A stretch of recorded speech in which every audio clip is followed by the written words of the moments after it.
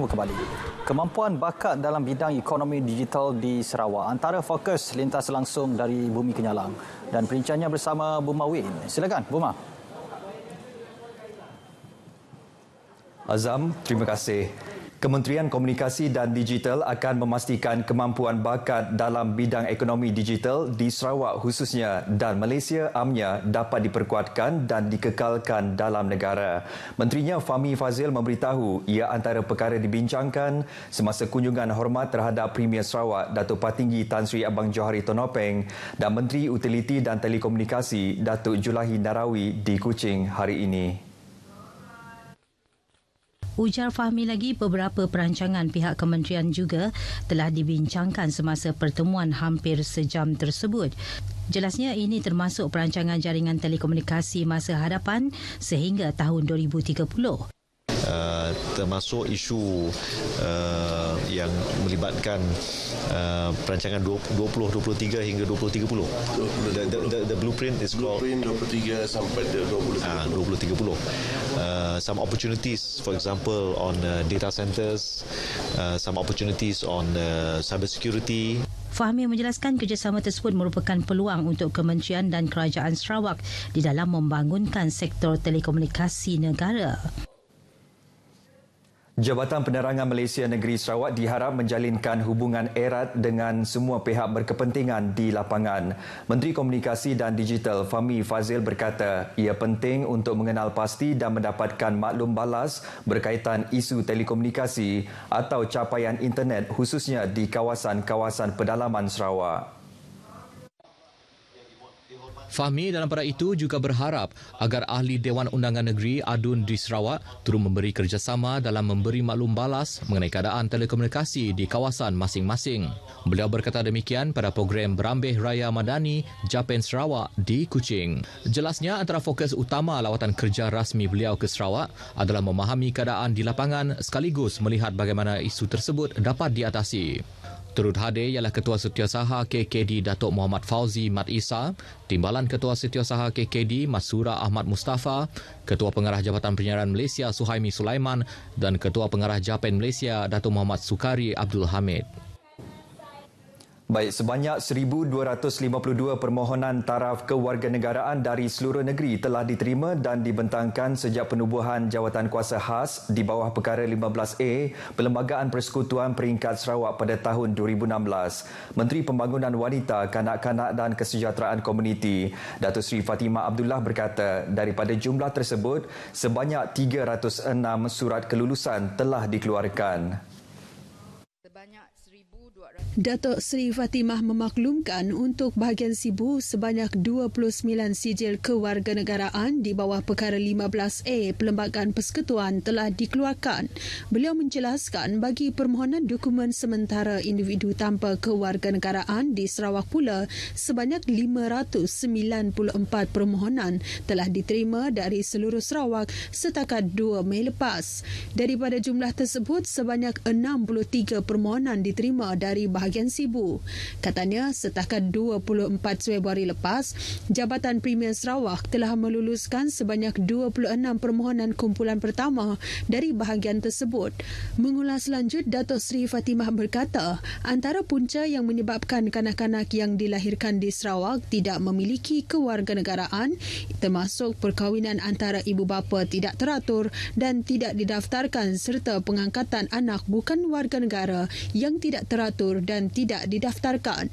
Beliau menyatakan demikian di persidangan Dewan Undangan Negeri Sarawak bagi menjawab pertanyaan daripada Adun Jepak Datuk Talib Zulfilip dan Adun Bukit Asek Chiang Jin Ek.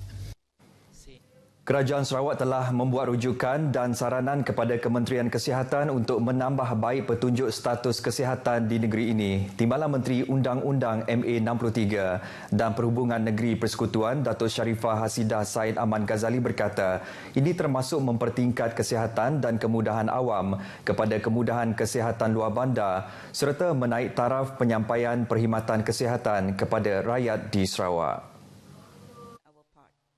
Datuk Sarifah Hasidah menjelaskan semua ini akan dilaksanakan melalui pemerkasaan kepada Kerajaan Sarawak dengan kuasa eksekutif ke atas kesihatan bagi membolehkan Kerajaan Sarawak menangani kelemahan sistem penjagaan kesihatan di negeri ini. Beliau menambah perkara ini juga telah dibawa kepada Timbalan Perdana Menteri Datuk Seri Fadilah Yusof untuk pertimbangan dan tindakan lanjut. Beliau menjawab soalan yang dibangkitkan Ahli Dewan Undangan Negeri Batu Lintang Si Chi Hau di persidangan Dewan Undangan Negeri Sarawak di Kuching. Mengenai perkara berasingan, Datuk Sarifah Hasidah berkata Perlembagaan Persekutuan membenarkan perwakilan kuasa eksekutif atau pemerkasaan kepada negeri. Perkara ini diperuntukkan dalam Perkara 80-4 Perlembagaan Persekutuan, Perkara 80-4 Perlembagaan Persekutuan Negeri. Beliau berkata Undang-Undang Persekutuan boleh memperuntukkan bahawa pihak berkuasa eksekutif sesuatu negeri hendaklah meliputi pentadbiran mana-mana peruntukan tertentu Undang-Undang Persekutuan dan boleh bagi tujuan itu untuk memberi kuasa dan mengenakan kewajipan ke atas mana-mana pihak berkuasa negeri itu. Tindakan pelucutan hak atas tanah untuk kegunaan pembangunan selaras dengan peruntukan Seksyen 33 Kanun Tanah Sarawak. Menyatakan demikian Timbalan Menteri Perancangan Bandar, Pentadbiran Tanah dan Alam Sekitar, Datuk Len Talib Saleh berkata, mana-mana tanah yang ditarik balik menurut seksyen tersebut akan kembali menjadi tanah kerajaan berdaftar. Oleh yang demikian, Datuk Len menjelaskan mana-mana pihak yang berminat untuk memohon tanah tersebut bagi pembangunan boleh memohon untuk tujuan pemberi milikan.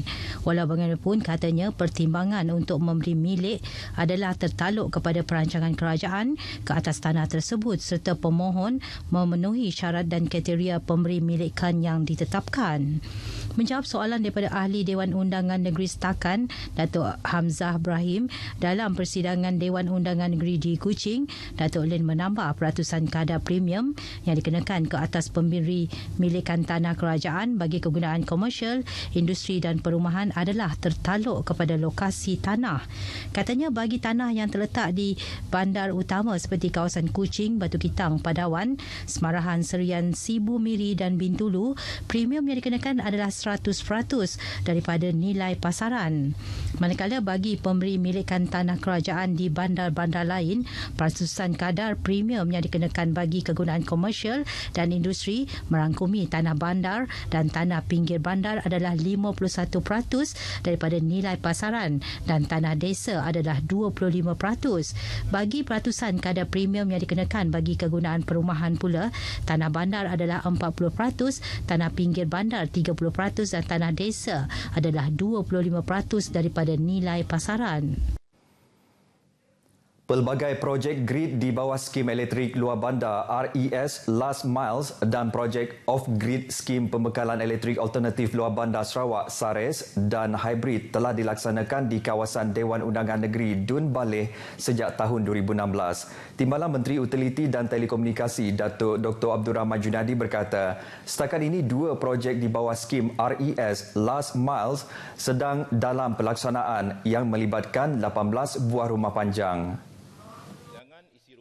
Datuk Dr. Abdul Rahman memberitahu projek-projek tersebut dijangka siap pada suku pertama tahun depan. Manakala 2 projek lagi sedang dalam perancangan melibatkan 4 buah rumah panjang yang akan dilaksanakan melalui off-grid SARES dan 3 buah rumah panjang akan dilaksanakan melalui skim RES Last Miles. Projek-projek terbabit katanya dijangka akan bermula pada suku ketiga tahun ini. Beliau berkata bilangan isi rumah dalam skim RES Last Miles bagi Dun Baleh yang dalam pelaksanaan adalah sebanyak 436. Antara isi rumah yang terlibat adalah dari Rumah Agang Nangas Tekom, Rumah Jimbun Ulak Tapang dan Rumah John Kerangan Ara. Kos projek bagi skim RES Last Miles yang sedang dalam perancangan adalah sebanyak RM29 juta. Datuk Dr. Abdul Rahman menyatakan demikian ketika menjawab soalan daripada Dun Baleh Nicholas Kudi Jantai di persidangan Dun Sarawak. Saudara, Pesta Badudun dan Lumba Kerbau edisi ke-19 membuka tirai hari ini di Kampung Lubuk Sigantang, Limbang. Pesta yang sinonim dengan masyarakat Melayu di daerah itu diadakan sejak 2012 dan dijangka menarik ribuan pengunjung memeriahkan pesta yang menjadi salah satu aktiviti utama dalam kalender pelancongan negeri Sarawak.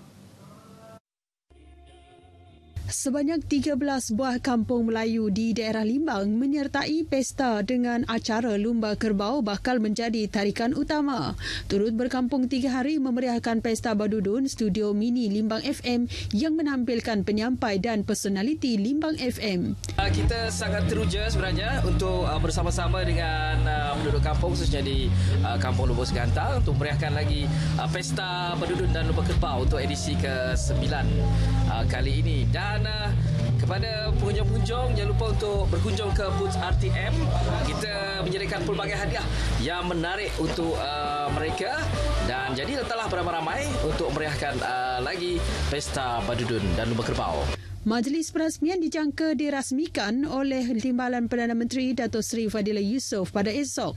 Badudun merupakan bahasa Limbang yang membawa maksud berkunjung, dianjurkan oleh Persatuan Melayu Limbang, Persatuan Penternak dan Lumba Kerbau Limbang dengan kerjasama Pejabat Residen Limbang.